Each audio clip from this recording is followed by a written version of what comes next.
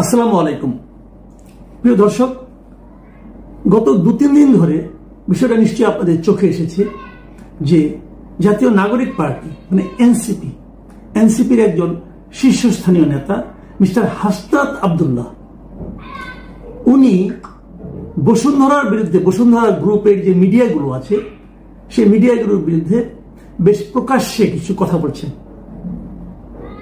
এবং এই কথাকে কেন্দ্র করে উনি বিভিন্ন ফটোকার্ড বিশেষ করে যেগুলিতে নানা রকম অপতথ্য প্রচার করা হয় বলে উনি দাবি করেছেন, সেগুলো নিয়ে ওনার উৎসাহ প্রকাশ করেছেন এবং কি ল্যাঙ্গুয়েজ উনি বলেছেন সেগুলো আপনাদেরকে আমি ধীরে ধীরে পড়ে শোনাব। এবং এর প্রেক্ষিতে জাতীয় প্রেস ক্লাবের সভাপতি সাধারণ সম্পাদক তারাও একটা বিবৃতি দিয়েছেন এবং বলেছেন এটা নাকি সৎ সাংবাদিকতা, স্বাধীন সাংবাদিকতার ক্ষেত্রে একটা প্রতিবন্ধকতা। এগুলো বলে রাখা ভালো। জাতীয় প্রেস ক্লাবের যিনি সভাপতি, উনি আসলে সভাপতি কিনা আমি জানি না, কারণ উনি আসলে সহসভাপতি ছিলেন।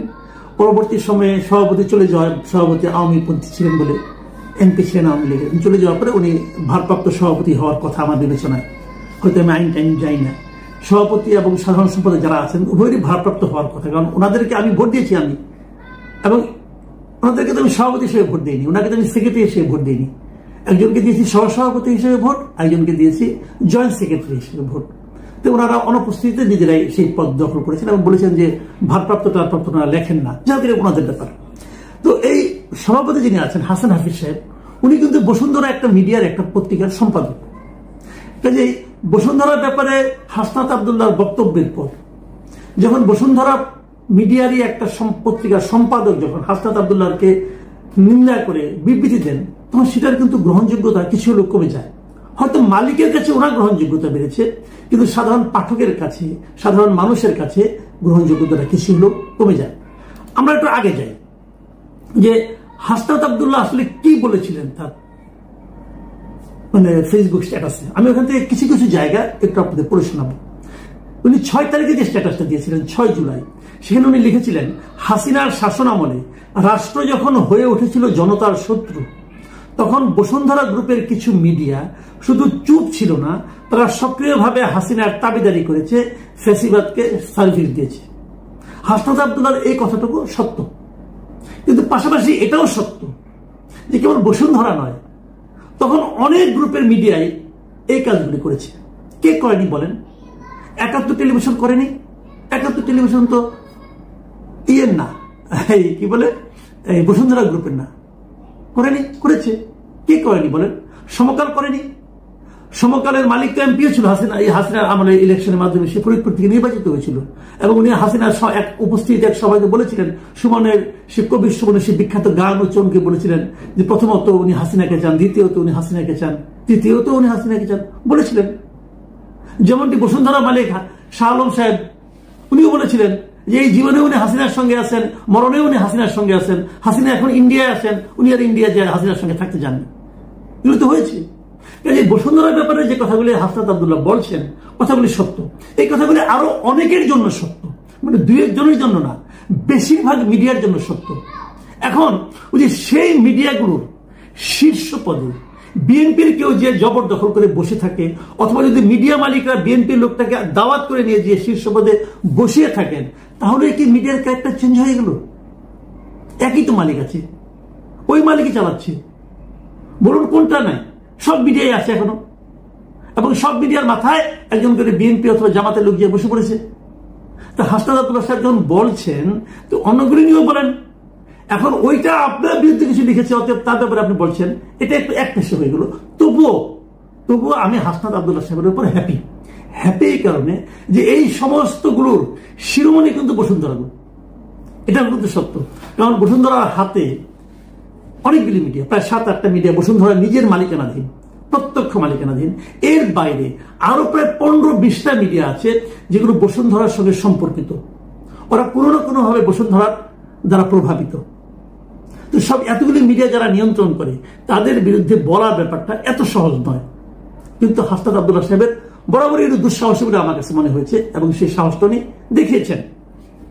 তিনি আরো কি বলেছিলেন, একই কায়দা, মানে তারা স্বৈরাচার পতনের বহুদিন পরেও তারা থেমে যায়নি, একই কায়দায় আবারও কলম ধরেছে, ক্যামেরা চালু করেছে, জাতীয় নাগরিক পার্টির বিরুদ্ধে, নাগরিক পার্টির সদস্যদের বিরুদ্ধে যে কুৎসা রটানো তারা শুরু করেছে তা কোনো বিচ্ছিন্ন ঘটনা নয়।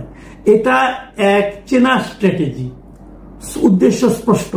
যারা পরিবর্তন আনতে চায় তাদের বিরুদ্ধে মিথ্যা ছড়িয়ে কর্পোরেট স্বার্থ রক্ষা করা। হাসনাত আব্দুল্লাহ সাহেবের এই কথাটাও যে একদম অসত্য আমি তা মনে করি, এটাও আমার কাছে গ্রহণযোগ্য মনে হয়। আমার খালি একটাই কথা, এই জিনিসটা উপলব্ধি করতে হাসনাত আব্দুল্লাহ সাহেবের 10 মাস 11 মাস সময় লেগে গেল। এটা ওরা আগে বুঝেননি এবং বলা তো হয়ে থাকে হাসনাত আব্দুল্লাহ সাহেবদের এই দল তারা বসুন্ধরার থেকে প্রচুর অর্থ সাহায্য পেয়েছেন। সেগুলো যে অসত্য সেটা তো ওনারা এখন পর্যন্ত প্রমাণ করতে পারেননি। আমরা বলেছিলাম যে আপনার টাকা পয়সা কোথা থেকে পাচ্ছেন তার একটা হিসাব দেন, ওনারা কিন্তু দেননি। পরে ওনারা ওনাদের তহবিল সংগ্রহের একটা পদ্ধতি বের করেছেন, এটা আমার কাছে পছন্দ হয়েছে, আমি তার প্রশংসা করেছি।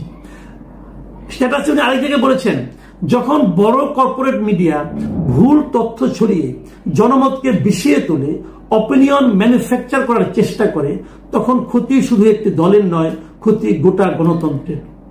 এটার সঙ্গে আমি একমত।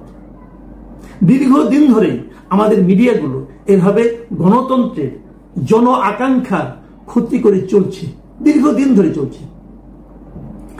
হাসনাত আব্দুল্লাহ সেদিকে এসে বলেছেন, আমরা ডকুমেন্ট করছি প্রতিটি মিথ্যা, প্রতিটি অপপ্রচার, প্রতিটি সাংবাদিকতার নামে অন্যায় আমরা ডকুমেন্ট করছি।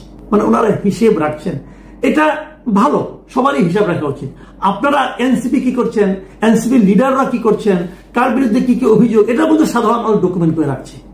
কাজে সময় মতো এগুলোও বেরোবে, কোনো সমস্যা নাই। সবটাই আমি মনে করি গণতান্ত্রিক অধিকার। আপনারা ডকুমেন্ট করছেন, এটাও ভালো, কিন্তু আপনার এই বক্তব্যের মধ্যে আমি যেন কেন একটু যেন হুমকির একটা সুর পাচ্ছি, অথবা ব্ল্যাকমেইলিং। আপনারা কি কিছু বিনিময়ে কিছু চাচ্ছেন, অথবা হঠাৎ করে আপনি ক্যাপ্টেন করেন, কিছু চেয়ে কি পাননি, এটাও হতে পারে। সেই বিষয়গুলো কিন্তু আমরা জানতে চাই। উনি ওনার স্ট্যাটাসটা 6 তারিখের স্ট্যাটাসটা শেষ করেছেন এভাবে, আপনারা জনগণের ঊর্ধ্বে নন আর সত্যের ঊর্ধ্বে তো ননই। এটা অতি উত্তম। সবাই, কেউ জনগণের ঊর্ধ্বে নয়, কোনো পলিটিক্যাল পার্টিও জনগণের ঊর্ধ্বে নয়, কোনো পলিটিক্যাল পার্টির লিডারও জনগণের ঊর্ধ্বে নয়। জনগণ হিসেবে এটা আমরা বলতে চাই। হাসনাত আব্দুল্লাহ এরপর জাস্ট গতকাল 8 তারিখে আরেকটা স্ট্যাটাস দিয়েছেন, সেটাও আমি একটু পড়ব। উনি বলার চেষ্টা করেছেন যে ওনারা কোনো কর্পোরেট মিডিয়ার আশীর্বাদ দিয়ে রাজনীতি করেন না। ভালো, এটা শুনে আমার ভালো লাগলো। এবং উনি আরেকটা কথা বলেছেন, সম্প্রতি কিছু সংগঠন বসুন্ধরা গ্রুপের মিডিয়া অপারেশনের পক্ষে বিবৃতি দিয়েছেন।